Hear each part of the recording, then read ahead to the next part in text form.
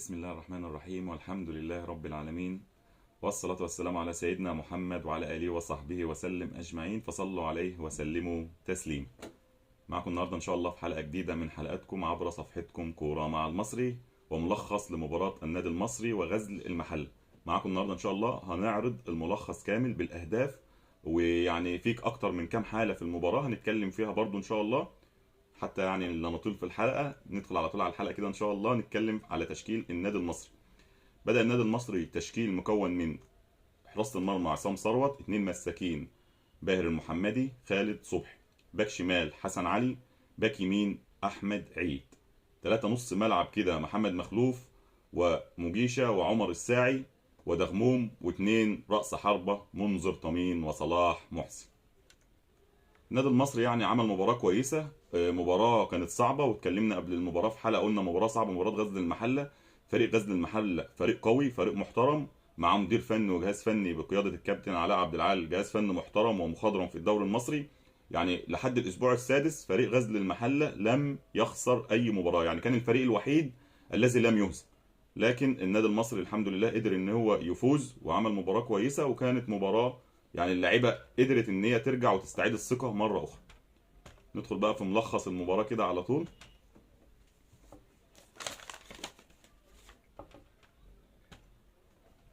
طبعا مع عاملين لحضراتكم كده يمكن لأول مرة ملخص كده كامل للمباراة. النادي المصري يعني ضيع فرص كتير كانت في المباراة زي ما حضراتكم كده شايفين، نتمنى نكون الصورة واضحة مع حضراتكم. يعني من اول 5 دقايق النادي المصري كان يبحث عن الهدف، وان هو يبادر من بدري، عشان فريق غزل المحله برضو عارفين ان هو معروف بالصلابه الدفاعيه والكابتن علاء عبد العال، فان انت تقدر تجيب هدف بدري ده ممكن يسهل عليك المباراه شويه. والنادي المصري الحمد لله قدر يحرز هدف من اول 5 دقايق. يعني دي جمله الهدف اهوت. الجمله دي ملعوبه بس نقف عندها كده. حسن علي طبعا اللي من اول مباراه ليه اساسي هذا الموسم عمل مباراه كويسه جدا في حته الباك الشمال، وقدر ان هو يصنع الهدف الاول، يعني مشارك فيه بنسبه اكتر من 70%. عمل كره عرضيه كويسه جدا من ناحيه الشمال، كره عرضيه ارضيه، سددها عمر الساعي، ترتد من حارس المرمى عامر عامر، وينقض عليها سترايكر ورأس الحربة صلاح محسن. وبالفعل صلاح محسن لما بيكون فايق يعني بيكون فارق كتير جدا مع النادي المصري. هو الفترة الأخيرة ما شاء الله فايق ومقدم مباراة كويسة جدا جدا جدا، ولو فضل على هذا المستوى يعني يكون أساسي رأس حربة منتخب مصر كمان.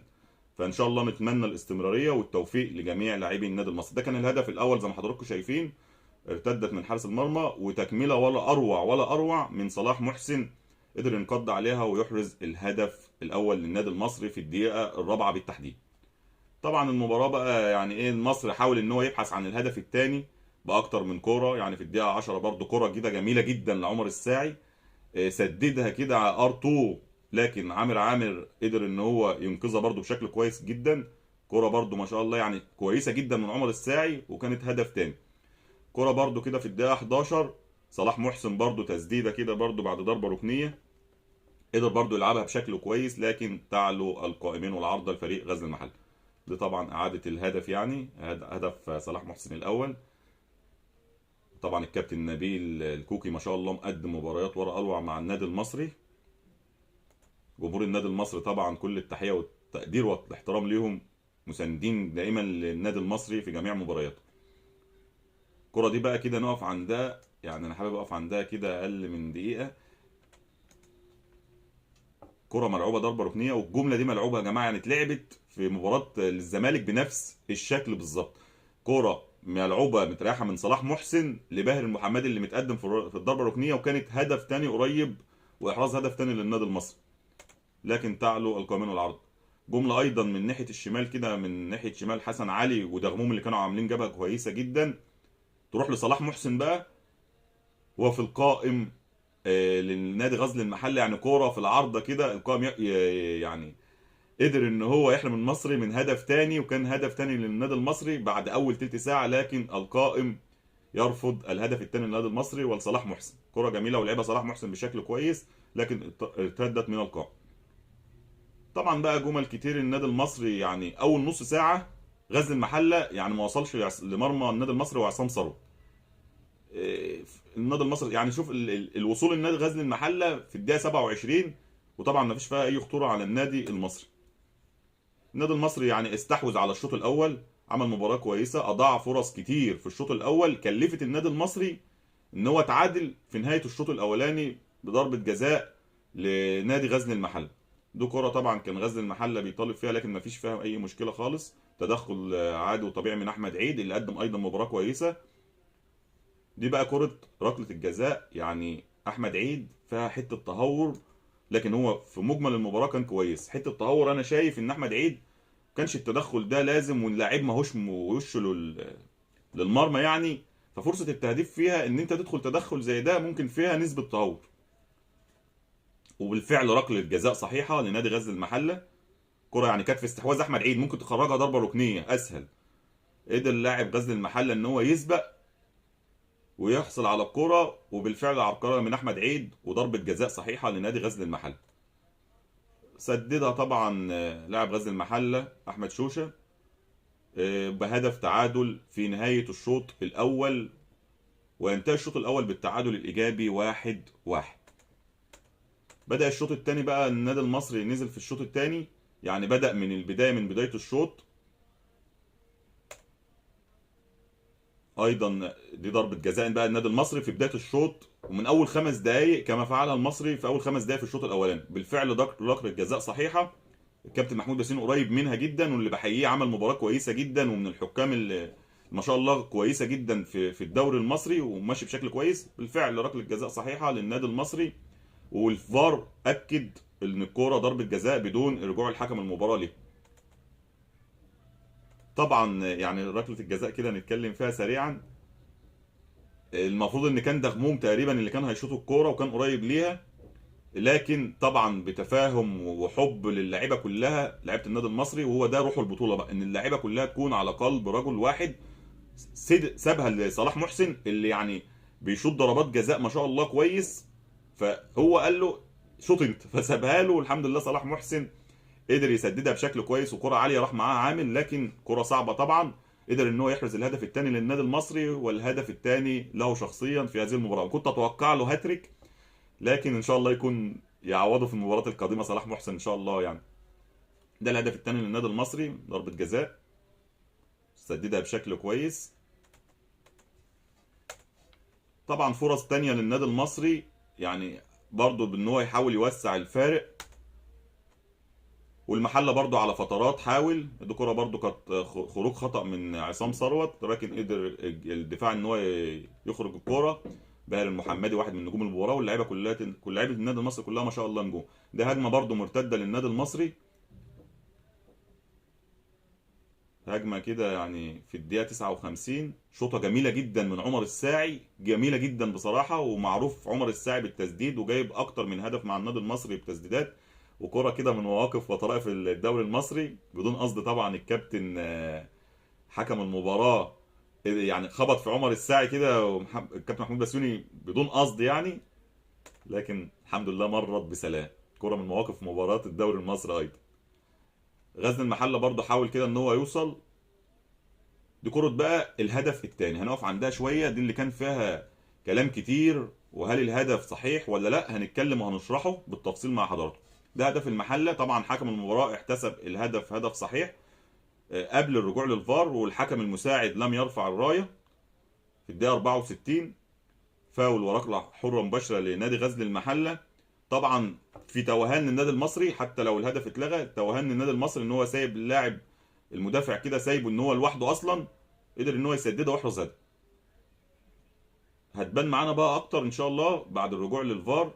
انا شفتها من البدايه بصراحه، قلت هدف مفيش فيها اي مشكله. يعني جيريندو لعبها كده بتريحه لاحمد شوشه لاعب غزل المحله. بعد الرجوع للفار كده احتسب حكم اللقاء اوفسايد على غزل المحله قبل تسجيل الهدف. طبعا هدف يعني ملغي على احمد اهي. شايفين جيريندو في الصوره كده، لو الصوره واضحه مع حضراتكم، جيريندو سابق يعني بجزء بسيط من جسمه، ايده تعتبر سابقه، ورجله برضو اليمين سابقه بجزء بسيط. يعني الفار هو اللي قدر يقف عند الكرة دي ويحسبها اوفسايد. فهي بالفعل اوفسايد صحيح، ولو مفيش فيها اوفسايد هقول مفيش فيها اوفسايد. احنا هنا بنتكلم بما يرضي الله وبكل حياديه. الفرق كلها على يعني حاجه واحده، ما بنحتايز يعني، ما بنعملش ان احنا نتحيز لفريق عن فريق. بنشجع النادي المصري، لما بنتكلم تحليل بنتكلم بما يرضي الله. في الاول وفي الاخر دي مباراه كره قدم، وارد تكسب وارد تخسر وارد تتعادل، فبنتكلم بما يرضي الله. لكن الكره بعد الرجوع للفار، والصوره اللي شفناها بعد تثبيت الفار على الكره، بالفعل جريندو كان متقدم فيها بجزء بسيط من جسمه، فتحتسب اوفسايد. طبعا بقى في الدقيقه 75 كده وفي اخر ربع ساعه، المحله حاول ان هو يوصل باكتر من كوره، يحاول طبعا يبحث عن هدف التعادل، والمصري طبعا بيحاول ان هو يامن. تسديده طبعا بعيد عن المرمى. في الدقيقه 84 طبعا المصري وصل طبعا بتغييرات بقى، يعني كريم بامبو بعد نزوله قدر يحدث الفارق، استحواذ، وصل باكتر من كوره، كان يقدر يسجل هدف. دي كوره هي اللي هو صوبها، كانت قريبه جدا من المرمى، وعمل مباراه كويسه جدا جدا جدا كريم بامبو بعد نزوله. ايضا التغييرات اللي نزلت كانت كويسه. وطبعا نقول لاحمد ايمن منصور حمد لله على السلامه، اول مشاركه ليه طبعا، نزل مكان باهر المحمدي، اول مشاركه ليه، نقول له حمد لله على السلامه ان شاء الله، ونتمنى التوفيق لجميع لاعيبه النادي المصري. اللعيبه اللي نزلت طبعا من النادي المصري كده لو هنتكلم، كريم بامبو، احمد ايمن منصور، محمود حماده، حسين فيصل، ده كان للتامين يعني. وكريم العراقي ايضا نزل 5 تغييرات كابتن نبيل الكوكي وكانوا كويسين. كريم العراقي ايضا نزل كان كويس، وواحد دائما من نجوم النادي المصري خلال هذا الموسم والمواسم السابقه، وكابتن الفريق طبعا كريم العراقي. يعني ديت طبعا فريق غزل المحله طالب بركله جزاء، لكن ما فيش فيها حاجه، ما فيش فيها اي حاجه يعني. وطبعا يعني المباراه قدر النادي المصري، ودي كرة ايضا من مواقف وطرائف الدوري المصري. يعني عندنا كورتين، كرة مع حكم المباراة وكرة من كريم بامبو. شوفوا كده الكرة دي ارتدت من القائم مرتين، من القائم للاعب غزل المحلة، ترتد تاني في القائم. كرة من مواقف ايضا الدوري المصري، في القائم وفي القائم تاني ترد من رجل اللعيب، وفي القائم تاني. ده طبعا حكم المباراة احتسب 8 دقائق وقت بدل ضائع. النادي المصري حاول يبحث عن الهدف الثالث، كرة طبعا كانت ركلة حرة مباشرة. يعني مجمل المباراة، ودي طبعا برضو كوره كده يعني كانت قريبه طبعا لكريم بامبو برضو، اللي قلنا نزل برضو كان كويس وموفق، ونتمنى الاستمراريه ان شاء الله لجميع لاعبينا. دي ايضا كره غزل المحله، قدر ان عصام ثروت كره مرفوعه كده في ال 18، قدر عصام ثروت ان هو يستحوذ ويطلع يمسك الكوره. طبعا غزل المحله يعني بيطالب بركله جزاء، يتمنى ان هو يرجع المباراه، لكن كره ما فيش فيها اي مشكله خالص ولا فيها اي التحام طبعا ان هو يدعي ان انت تحسب ضربة جزاء. هي بقى المباراة عدت طبعا، حاول غزل المحل ايضا باكتر من كرة ان هو يوصل. الكرة الاخيرة طبعا في المباراة كانت كرة فاول للنادي المصري، كان لاعب غزل المحل عنده انذار وحصل على انذار تاني، وبالفعل تم طرد لاعب غزل المحله طبعا في الدقيقه 96. يعني كان في نهايه المباراه في اخر دقيقه، طبعا ما اثرتش كتير سواء على غزل المحله او في اداء المصري، يعني كان في اخر المباراه. وقدر ان حكم المباراه يعني خلاص ينهي المباراه طبعا، وانتهت المباراه بعد احتساب 8 دقائق وقت بدل ضائع وعدهم، وانتهى وصفر حكم المباراه كابتن محمود بسيوني بمباراه جيده للنادي المصري. مباراه كانت صعبه، واتكلمنا قلنا مباراه صعبه، مباراه غزل المحله، وفريق غزل المحله فريق قوي ومنظم. قدر النادي المصري ان هو يفوز في المباراه، قدر النادي المصري يفوز في المباراه بنتيجه 2-1.